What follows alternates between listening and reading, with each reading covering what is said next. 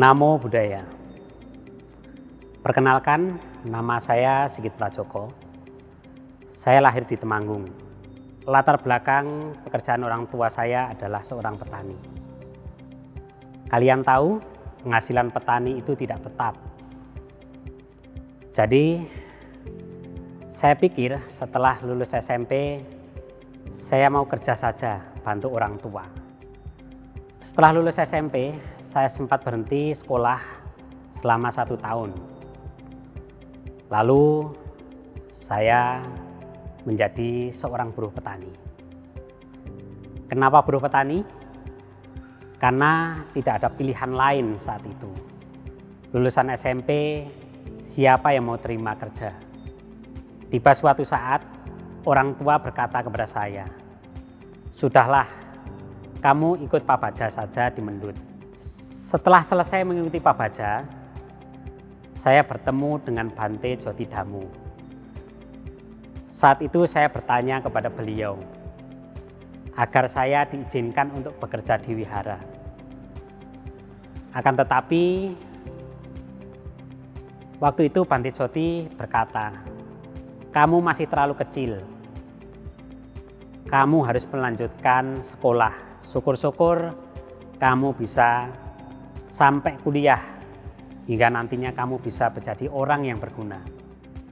Saat itu saya selalu memikirkan apa yang dikatakan oleh Bante Jyoti.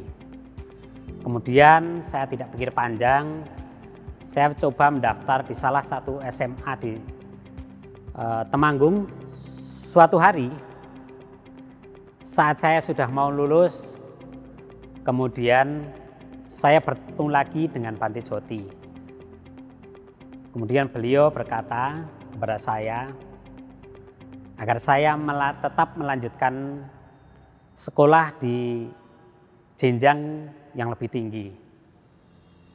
Kemudian beliau menyarankan agar saya kuliah di Sekolah Tinggi Agama Buddha Sailendra, Semarang. Akan tetapi waktu itu dalam pikiran saya masih bergejolak dan pesimis sekali. Setelah kuliah di Sekolah Tinggi Keagamaan, saya berpikiran mau jadi apa setelah lulus dari sana. Di kampus ini saya ditempa, dididik, ditransfer ilmu oleh Bapak Ibu dosen. Ibaratnya saya ini dimasukkan ke dalam kawah candra di muka.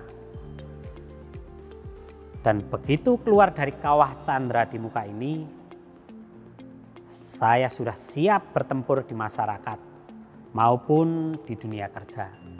Setelah kami lulus dari kampus ini, benar adanya.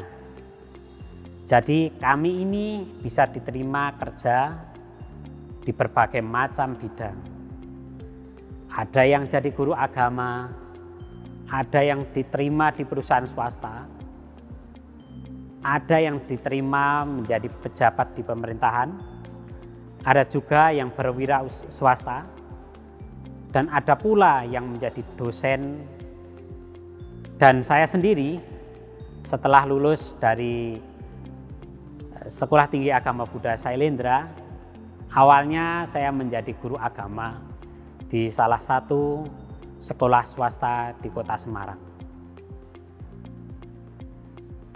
Lalu saya mencoba peruntungan dengan mendaftar pegawai negeri sipil di Jakarta. Pada tahun 2009, saya dinyatakan diterima menjadi pegawai negeri sipil di Kementerian Agama dan ditempatkan di bagian pendidikan. Nah, dari situ terjawab sudah kekhawatiran saya. Meskipun saya kuliah di kampus yang dulu saya anggap sederhana, tetapi terbukti bahwa saya bisa diterima menjadi salah satu bagian di Kementerian Agama. Demikian cerita singkat tentang perjalanan hidup saya. Kalau saya saja bisa sukses mengubah hidup saya, kalian juga pasti bisa. Sekian, terima kasih. Namo Buddhaya.